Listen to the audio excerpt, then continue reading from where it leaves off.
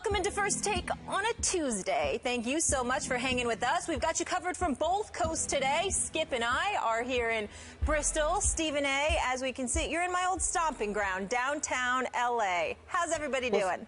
What's going on, y'all? How you doing? How you doing? And my old stomping ground, L.A. That was a long time ago, man. Yeah, that's when I was a kid. Wait a second.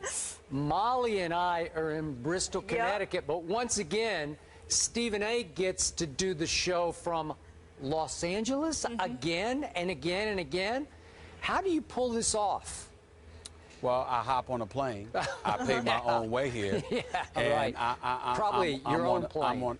I'm on a mission to make things happen. You know me, I'm never satisfied. Always looking to make things happen. Yes. I'm sure you did last night. Yes, It's a tough life. Somebody's got to live it. All right, guys, something like that. We got a lot to get into today. Coming up, LeBron showing his love for his squad on the gram, posting a shout-out to Kevin Love and Kyrie Irving. Is there an underlying message, though? We'll break that down. Plus, Peyton Manning says he hasn't been able to feel his fingertips the entire time he's played in Mile High. How much has that affected him, if any? We'll discuss that. But first, the #1 and #2 overall picks now have 2 games under their belt. We saw Jameis Winston and the Bucs square off against the Bengals on Monday Night Football last night. So far this preseason, Winston 17 of 32 for 221 yards, no TDs, 1 interception, while completing just over 50% of his passes on the ground, 5 rushes for 19 and 2 TDs. Now, Marcus Mariota, on the other hand, of course, they're linked here, is 12 of 16 for 153 yards, also no TDs, also 1 pick, but a 75 completion percentage. Stephen A., it's early, but who's looked better to you thus far, Mariota or Winston? Well, I'm going to say Mariota because I think that over the first 2 games he's looked better. Jameis Winston obviously completed all 3 of his passes last night, tweaked his ankle a little bit after getting sacked by Atkins and Mulberry, if I remember correctly. But obviously he looked considerably better than he did in his first performance in his first preseason game, whereas with Mariota, he struggled at the start of his first preseason game ever, but then ultimately got it going. And when you think about the things that they're saying with the Jameis Winston, they talk about his smarts, of course, because it's definitely there in terms of his football IQ, but primarily they talk about his ability to stand in the pocket and make the necessary throws. What you're seeing from Mariota is a guy that's scrambling out of the pocket. He seems a bit more mobile. He's throwing scrambling to his right. He's throwing scrambling to his left. And on top of it all, he's shown a little bit of pocket presence thus far as well. And his IQ is considered to be off the charts, a clear understanding of what's going on. And obviously, the turnovers at a minimum and the completion percentage, completing 75% of his passes, is something that's incredibly important because when you have that level of accuracy, it elevates the level of faith that folks have in you. They give you more opportunities to make things happen. They're not as reticent to sit there and hold you back and position you to play a bit more cautious, shall I say. So when I look at it from that perspective, doesn't mean that Mariota is going to be better than Jameis Winston. Again, all we're going by is 2 preseason games, and we know that there's clearly an upside for both. We expect great things from Jameis Winston, and I see no reason to believe otherwise. But just based on going off the first couple of games in this preseason, understanding that both teams could potentially struggle this year, although Skip has far more faith in Tampa Bay than I do at this particular moment in time. In the end, when you see a couple of franchises on the come up and you've got a young quarterback, Mariota seems to be a bit safe right now because I don't see him as a guy that's going to be turning the ball over, and I don't see him as a guy that's going to have a low completion percentage. So I'll give him the edge right now, but obviously I don't think he's better than Jameis Winston in the long haul. I still think Jameis Winston's going to be the man. I hear what you're saying about Mariota. I will be the first to admit, though I was down on him going into the draft, he has had some impressive early flashes. I do think he will start turning the ball over more than you think he will when the real games commence. And yet, even early on, through 2 preseason games, my eye test and my field test says Jameis Winston all day and last night all night. Stephen A., I know I don't want to overreact to just 1 preseason game that happened to be on our network, But I love the way Jameis immediately took over that game and that crowd in his first ever home game before that crowd. I realize that Cincinnati probably played a lot of vanilla defense, especially in the first two series before they began to blitz a little bit more.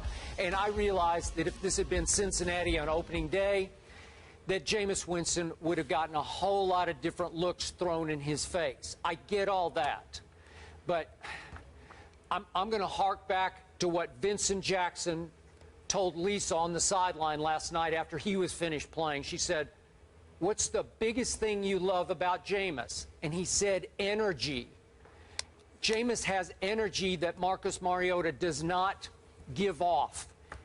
Jameis has spirit. He's got spark. He's got a million-watt smile that Marcus doesn't have to generate leadership in Tennessee the way Jameis is already generating it for this fairly moribund team in Tampa, a team that was 2-14 last year that needed contagious leadership to rub off on everybody. And Jameis, to my eyes, already rubbing off on a team that, remember, was 0-8 at home last year. And the year before, they were 3-5 at home. So that's a combined, 3-13 over the last 2 years at home. And that can create, as you well know, contagious apathy among your fandom. It looked kind of sparsely attended last night, especially early. It looked like a very late arriving crowd. And I know it's just the first preseason game at home. But Jameis Winston's going to be a lightning rod for this franchise. And what I love the most, Stephen A., was that he dictated at the line of scrimmage like a young Peyton Manning right out of the box last night. I do not think this can be underestimated. And you and I have talked about this before. Look, Jameis did so much dumb stuff at Florida State. Don't even get me started on the crab legs and the incident where he stood up on the table at the student union. We know about all that. We can go on and on. Dumb, dumb, dumb, dumb, dumb. And it detracted from the fact that Jameis Winston is a brilliant operator of an offense. I in fact, think Jimbo Fisher was a little confining for Jameis. I think they sort of butted heads over who's running this offense, who's dictating, who's calling the plays, because Jimbo likes to rule with an iron fist of his offense. And all of a sudden, I saw Jameis just changing plays and play. He was going Peyton Manning on the starters of the Cincinnati Bengals. Again, vanilla looks, I get all that. But that's impressive to me, as is deadly accuracy that I have not always seen from Marcus Mariota. Deadly accuracy. And Jameis will fit balls through tight windows, and I know he takes too many risks, but he's learning on the fly. And I thought he played pretty flawless football last night. And when it is time, even though he's not the smooth athlete that Mariota is, as you aptly point out, rolling right, rolling left, when it's time and he needs to make an athletic play, we saw Jameis go ahead and bolt out to the right and dive for the pylon and score. He's capable. We saw it at Florida State. Well, he has some mobility. So the total package, the intangibles package, man, I am Jameis all day. Well, I'm Jameis all day as well, but the question was about the first two preseason games, because from a macro perspective, both you and I share the same sentiments. We believe he's big time. We believe his energy is infectious, and we believe at the quarterback position, when you talk about a leader of men, he's better suited for the job. It's not to knock Mariota and not to say that there's something deficient in him, and I think that's the wrong interpretation that people take from comparing Jameis Winston and Marcus Mariota and talking about the element of leadership. It's not that the Mariota is devoid of leadership. It's that when you talk about personnel in the National Football League, the kind of athletes that come into the league, the distractions that are presented to them, the temptations that ultimately distract them and what have you. When you talk about somebody capable of galvanizing the troops, you know, you're talking about a guy like Jameis Winston that you want behind center because he's about winning. and he's about being in your face and making sure to hold you accountable just like he'll hold himself accountable. You can't, even though I'm quite sure Mariota will talk to guys, he'll converse with them, he'll do those kind of things. Could you imagine being somebody on a squad with Jameis Winston and you're being lackadaisical when it comes to coming out there on a Sunday afternoon and giving a full-fledged effort? Mariota might call you out. But is it going to be in the same fashion as a Jameis Winston? Are you going to be held accountable by the guy behind center with Mariota the same way that you're going to be held accountable by a Jameis Winston? These are the kind of things that we alluded to when you talk about football leadership on the field and galvanizing the troops and maximizing their potential. So when I look at it from that perspective, I think Jameis Winston is in a different class than Mariota. But for the purposes of this discussion as it pertains to 2 preseason games, Mariota has been more proficient. He's been more proficient in terms of his completion percentage. And in the NFL, when everybody talks about keeping the turnovers to a minimum and being about the business of being an orchestrator, Jameis Winston is big play Jameis.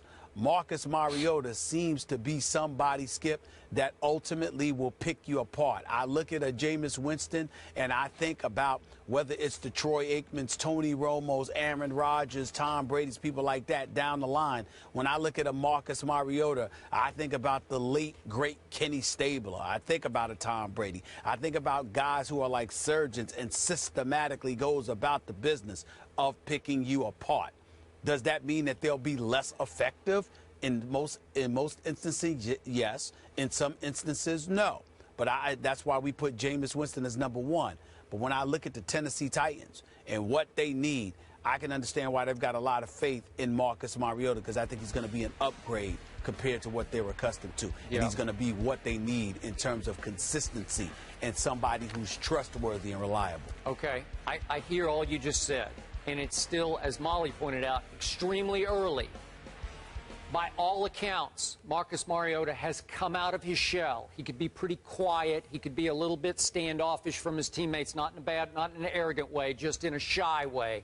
And by all accounts in Tennessee, he's trying to pick it up. He's trying to take over. He's trying to be a little more outgoing. And I got those vibes watching him the other night in his second preseason game, that he is trying to be more of an obvious leader. I don't know if you can force that. I don't know if that will continue to play well for his teammates once the actual games commence, because I still wonder about Mariota's feel for operating an offense. You talked about the slice and dicers. I'm not sure he has that in him. He operated a beautiful fast break attack, that quack attack at Oregon, and it just came at you so fast that the defense was constantly on its heels. He ran that beautifully, and they'll have an element of that in the Tennessee attack, but it won't quite be that. I just don't think he'll be as consistently accurate, and I do see him as he did the other night. He got flustered. He threw an interception that was dropped. I'm just saying, I think Jameis is in this next, he's a cut above, an echelon above Mariota. I'm not saying Mariota's going to be a bust, but I think he will struggle longer and harder than Jameis will. Possibly. We'll see. All right, so we're both taking Jameis all day, but Stephen A. thinks that Mariota looks a little more proficient through the first 2 preseason games, and Skip is taking Jameis there. You can see them both. Mariota's playing Friday, Titans at Chiefs, and then Saturday, Jameis and the Bucs host the Browns. And, of course, we're all circling September 13th. First regular season game, it's the Titans at Tampa Bay Bucs in Raymond James Stadium, so that'll be a fun one. We move on to Aaron Rodgers, though, now, and the news that the Packers were hoping not to have confirmed was, in fact, confirmed yesterday. Jordy Nelson did tear his ACL, and he is done for the season. Rodgers and Nelson have hooked up for 39 TDs in the last 4 seasons. This is the 3rd most of any quarterback wide receiver duo